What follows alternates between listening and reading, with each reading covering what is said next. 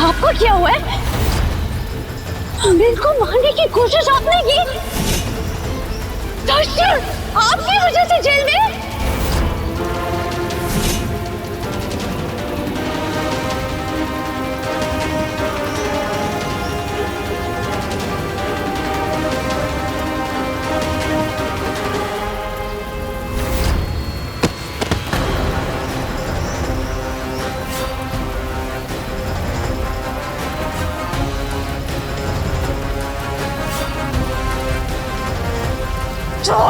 ये तो मैं आपको दूंगी नहीं। क्या जरूरत थी ये सब करने की? हाँ? मिल और दलजी तो आपका परिवार है ना? क्या दुश्मनी हो सकती है आपकी उनसे? आपकी वजह से मिल हॉस्पिटल में कोमा में, दलजी जेल में सजा भुगत रहे हैं। आपको अंदाजा भी है आपकी वजह से क्या हुआ है? जवाब दो, क्यों मिल को मारने की कोशिश की? क्यों? अरे मैं नहीं मारना चाहती थी तुम्हारी मिल को, मैं तो चार्मी के बच्चे को मारना चाह रही थी। क्या? हाँ, तो मुझे तो ये सब के बारे में पता भी नहीं था। जब मैं शादी में गई थी तब मुझे पता चला कि उस चार्मी के पेट में सोबत का बच्चा है।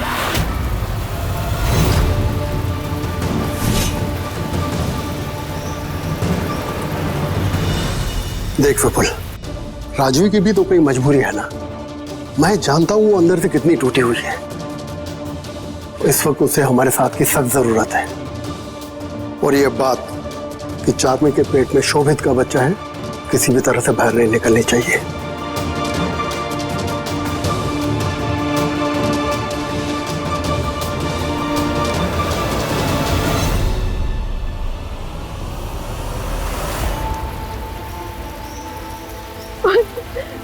ये सब सोच के मेरा तो एकदम दिमाग ही घूम गया था।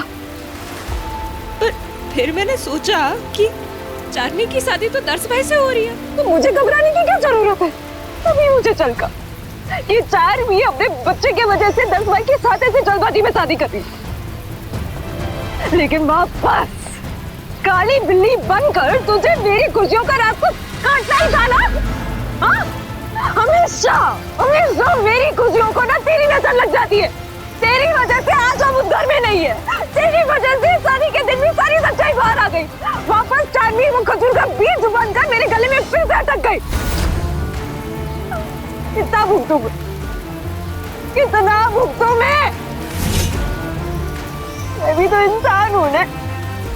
घर वालों ने कभी मुझे बहू वाला मान नहीं दिया।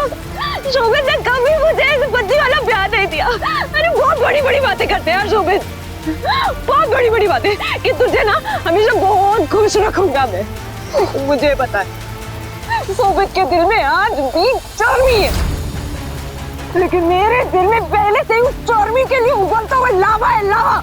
और जब मुझे पता चला कि उस चार्मी के पेट में शोभित का बच्चा है तो मेरा तो मत्था ही घूम गया था। लेकिन तभी मैंने फैसला ले लिया था कि दुख में हारती रहती हूँ, ठीक है, लेकिन उस चार्मी से मैं नहीं हारूंगी। ये बच्चे का बहाना बनाकर उसे मेरी जगह तो नहीं लेने दूंगी मैं। तभी तभी वो बापूजी को लेकर हम हॉस्पिटल गए थे ना, तब मैं हॉस्पिटल नहीं गई थी। मैं 1 घंटे के अंदर मैं वापस घर आ गई, क्योंकि मुझे पता था कि वो चार्मी घर में अकेली होगी। तो सारी लाइट बंद करने के लिए, कैमरा बंद करने के लिए मैंने लाइट का फ्यूज निकाल दिया। तो मैंने बस इतना ही सोचा था कि मैं अंधेरे में चार्मी को धक्का मार दूंगी तो वो गिर जाएगी और उसका बच्चा मर जाएगा, ताकि वो अपने बच्चे का बहाना बनाकर मेरे शोभित को मुझसे छीन नहीं पाएगी।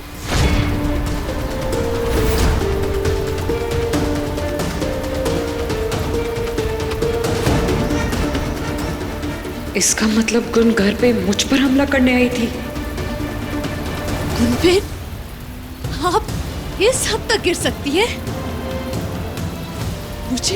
मुझे विश्वास ही नहीं हो रहा है। नंदिनी, लेकिन आप तो चार्मी पर हमला करने गई थी ना, फिर मिल को कैसे चोट लग गई? अरे मैं तो वहाँ पीछे चुप कर खड़ी थी कि चार्मी आएगी तो मैं उसे धक्का दे दूंगी। अरे बस इतनी सी प्लानिंग की थी मैंने, उसमें बेकार में इतना बड़ा दम पचड़ा हो गया।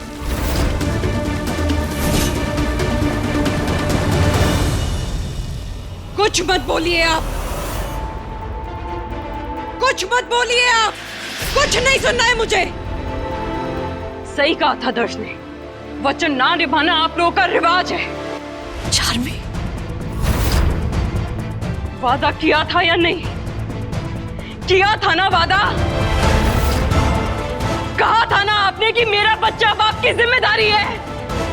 कहा था ना आपने कि आज के बाद आप मुझे कभी अकेला नहीं छोड़ेंगी?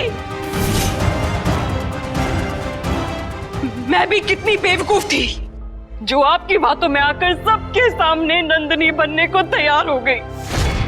नंदनी की तरह चलना, बोलना, कपड़े पहनना सब सीख लिया मैंने, और हर दिन इसी फिक्र में जीती रही कि कहीं मुझसे कोई गलती ना हो जाए, कहीं दर्श मुझे पहचान ना ले। आपको क्या लगता है किसी और की पहचान अपनाने का शौक था मुझे? क्या हर लड़की की तरह मेरे सपने नहीं थे? लेकिन उन सारे सपनों का सैक्रिफाइस करना पड़ा मुझे क्योंकि आपके छोटे बेटे में मुझे अपनाने की हिम्मत नहीं थी। अरे अगर हिम्मत नहीं थी तो फिर क्यों प्रेग्नेंट करके छोड़ दिया मुझे? और आपने भी कितनी आसानी से कह दिया कि बिना किसी रिश्ते के दर्श के साथ जिंदगी भर रह लूं। ना असली पति का सुख मिलेगा, ना असली परिवार का, लेकिन फिर भी मैं जिंदगी भर नंदनी का नाटक करते हुए दर्श के साथ रह लूंगी। लेकिन फिर भी मैंने आपकी हर बात मानी सिर्फ इसलिए क्योंकि मैं नहीं बर्दाश्त कर सकती थी कि मेरे बच्चे को लोग नाजायज बुलाए। इस गुमनामी की जिंदगी को भी अपनाया मैंने ताकि मेरे बच्चे को ना मिल सके, लेकिन अब कुछ नहीं हो सकता, सब बर्बाद हो चुका है। मुझे आपकी बात माननी नहीं चाहिए थी, कुछ भी सुनना ही नहीं चाहिए था। समझने की शक्ति खत्म हो गई है, मुझे सिर्फ 24 घंटे की मोहलत दो, मैं कोई सलूशन निकालूंगी। मुझे मेरा वादा याद है। अब आपको मेरी फिक्र करने की कोई जरूरत नहीं है।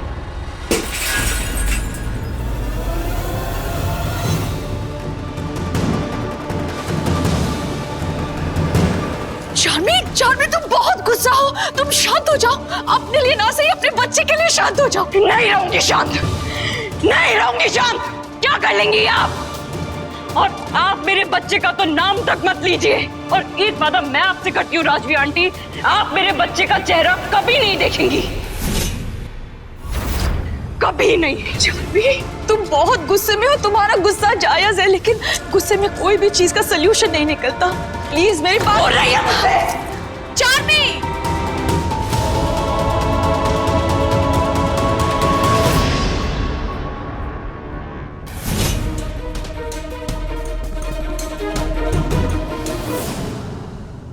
ऐसा क्यों लग रहा है जैसे वहां कोई है?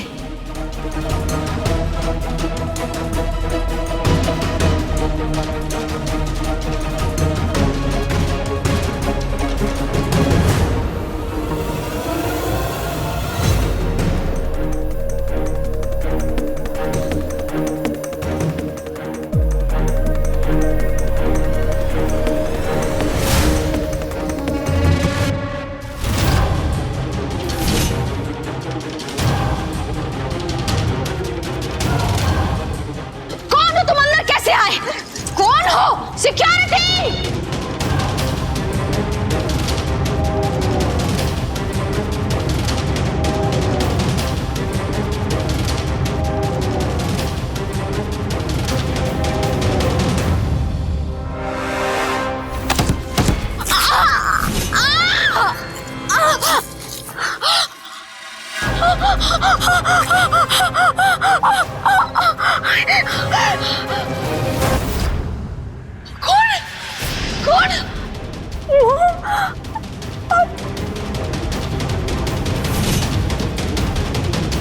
क्या कर दिया मैंने?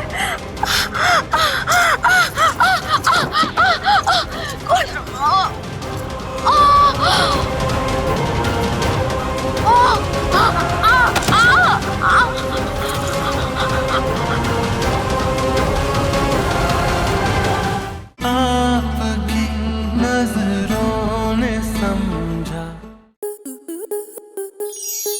स्टार प्लस के YouTube पेज पर आने के लिए आपका धन्यवाद। अपने फेवरेट शोज देखने के लिए Subscribe to Star Plus YouTube page and hit the bell icon.